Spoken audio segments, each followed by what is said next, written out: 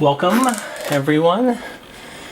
Today we're going to go over how to blend different exposures. This is the end result of a sky exposure, a foreground exposure, and actually another foreground exposure that has a better reflection. So I'm just going to go briefly over how I do it and step by step. Pretty easy.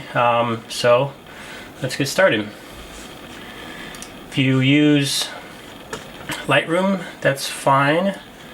Where's my files? Oops.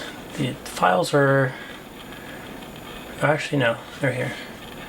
Okay. Okay. So this one is my sky. The foreground is way underexposed. So obviously I don't want to use this for my in picture. And then we have, let's see, I think we have this one is the foreground because it looks brighter and I don't have to edit as much, so it's going to come out cleaner. And I also use this one which has a nice wave splash here, so I'm going to mainly use this, but the reflection here is a little bit brighter, so I'm going to use this foreground, this reflection, and this sky to come up with an image like this. Okay, so again, I'm using Bridge and I'm going to export it into Camera Raw, which is the same as Lightroom, so don't get confused. Use Lightroom, do your basic edits here. I'm not going to go over what to do here, but when you do the edits, edit for what you're using. So obviously the sky does not look good here, but again, I'm not using the sky here, so it's okay. So just edit this. This is about the brightness I want, the color I want, and everything I want there. And then one thing you should do is with the 3 exposures or however many exposures you're using, make sure to sync this white balance. If it's not the same, it will look a little weird. Lightroom, I know there's a way to sync your settings, or you can just look at it and change them. In Camera Raw, I just select sync settings. I uncheck all and just do white balance. In this case, they're already synced, so I don't need to. Once you have them edited the way you want, go ahead and open the images in Photoshop, or if you're using Lightroom, export them to Photoshop, or however you do it with Lightroom. I hate Lightroom because of that reason alone. So here we go. All right, so we have the sky, one of the foregrounds, and then the other foreground with the waves. All right, so there's a bunch of different ways you can do this. You can do file, let's see here, you can do scripts, load files in the stack. That's ideally what you want to do. I'm kind of lazy, so I don't even do that. I go up here to this square marquee thing, square the whole thing. So now you have your little running dots along the whole image. Edit, copy, just go to your other foreground. I'm not going to do the sky yet, so just your other foreground. Edit, paste. Okay, now you have 2 layers here. If I talk about on and off, you'll see one has the waves, one does not. So what I'm going to do is name this. So this is the waves. I'll just write waves in here. This one is, I'll call it the reflection, because that's what I'm using from it. Alright, so first thing you want to do when you talk about on and off, I didn't move the camera, and it's probably good, but you always just want to align them. So right now this one's highlighted. I'm going to hit Command and then select the other one. You could probably also do Shift. Yeah, you could do Shift or Command, whatever, so they're both highlighted, right? Both highlighted. Go up to Edit, Auto Align Layers. Okay, just do Auto. That way they're aligned. It did it. There's a little cropping at the top, so it was probably really good, but now it's perfect. So now they're both highlighted, right? Unhighlight them. So now Now you want to blend them together, really just using this reflection. and it's really not much different, but you can see there's a little more color here. When I turn that off, it kind of goes away, so I kind of want that. So pick a layer. In this case I'm using Waves, which has the wave, and this is what I'm going to use the primarily everything on, but I want the reflection of the one underneath it. Okay, so I'm going to mask this. Okay, highlight Waves, click on the mask icon, which is like a this guy right here, square with a dot in the middle. If you highlight it, it says add mask. So now it's a white mask, right? So white mask means everything is showing.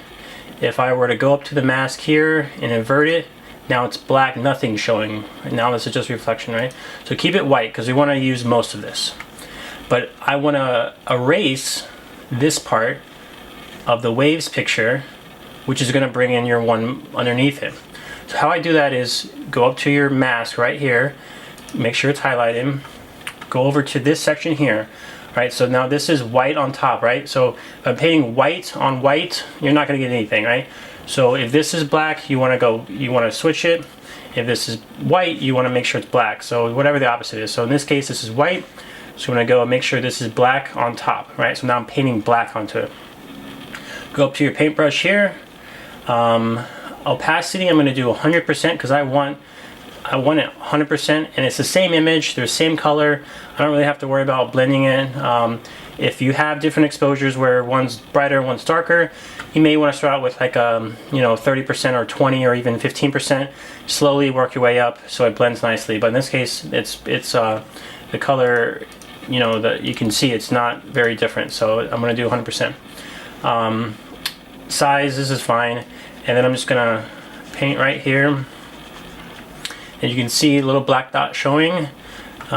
Keep going around. It's very minor, but if you have an image that looks a little bit better, might as well use it.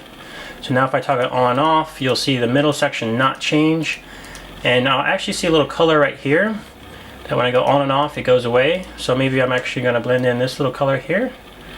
Let's see if there's anything else. Toggle on and off. Colors there. Pretty good. Everything's there. I don't really need to change anything else. All right. So now I've blended in. So now of the Waves, it's all white, right? So I'm using the white section, all of this, but except that black, I erased it, which is now showing a reflection. So now I have my two blended images for this part. So from here, I'm just going to right click on pretty much either one and do flatten image. This is going to merge the two layers together. Now you have one image, you can't change it, you're done. Alright? So now we do the same thing with the sky. So I'm going to go to my flatten image here that's merged together, go to my rectangle marquee tool, do the whole thing. So it's now highlighted, right? Edit, copy, go over to my sky image, edit, paste. Right? So now we have a sky and a foreground that I'm happy with.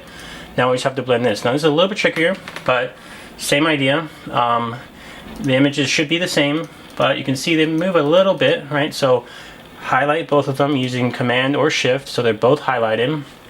Go up to Edit, Auto Align Layers. Auto is fine, and let it do its thing. So now you can see a little crop there, so it's a little bit different. And then we're gonna name them, right? So this is highlighted, this is my sky, so I'm gonna write sky. This is my foreground, so I'm gonna write foreground. You don't have to do this, but it does help when it can get confusing. So this is the easiest way. Alright, so now what we want to do is do the same thing. This is my foreground.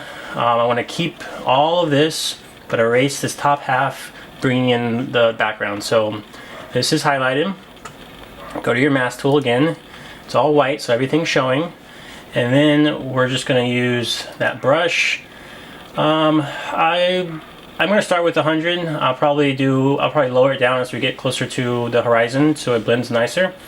I'll probably do a bigger brush around 1000. That's pretty big. And then paint in it. So look how nice that looks. So I'm just going to do it pretty pretty generously, but not get too close to this. Now that I've done that, I'll probably go back to like 300 and I don't know, maybe bring it down to like 70, and then I'll be a little more careful over the horizon. Maybe over these waves. I want to keep these waves here, so I'm gonna probably do 45 and just go just around them. Maybe even got 12% to blend it even better, and then blend it. There we go. All right, so that looks pretty good. Maybe a little dot right there.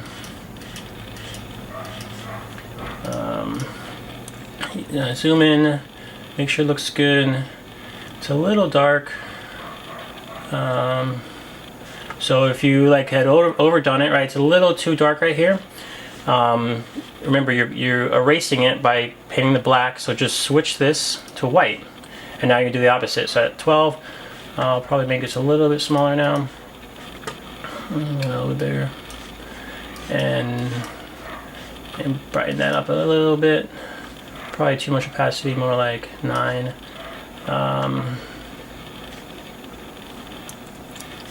Well, that looks actually pretty good. Maybe it's a little dark around here. And then you can go back, switch back. You can paint it back in if you want to do it a little bit darker. A white spot there. Looks pretty good. Okay. So pretty much like you're done. You know, you blended your sky, your foreground. Looks pretty good. Haven't done any edits yet besides the raw edits.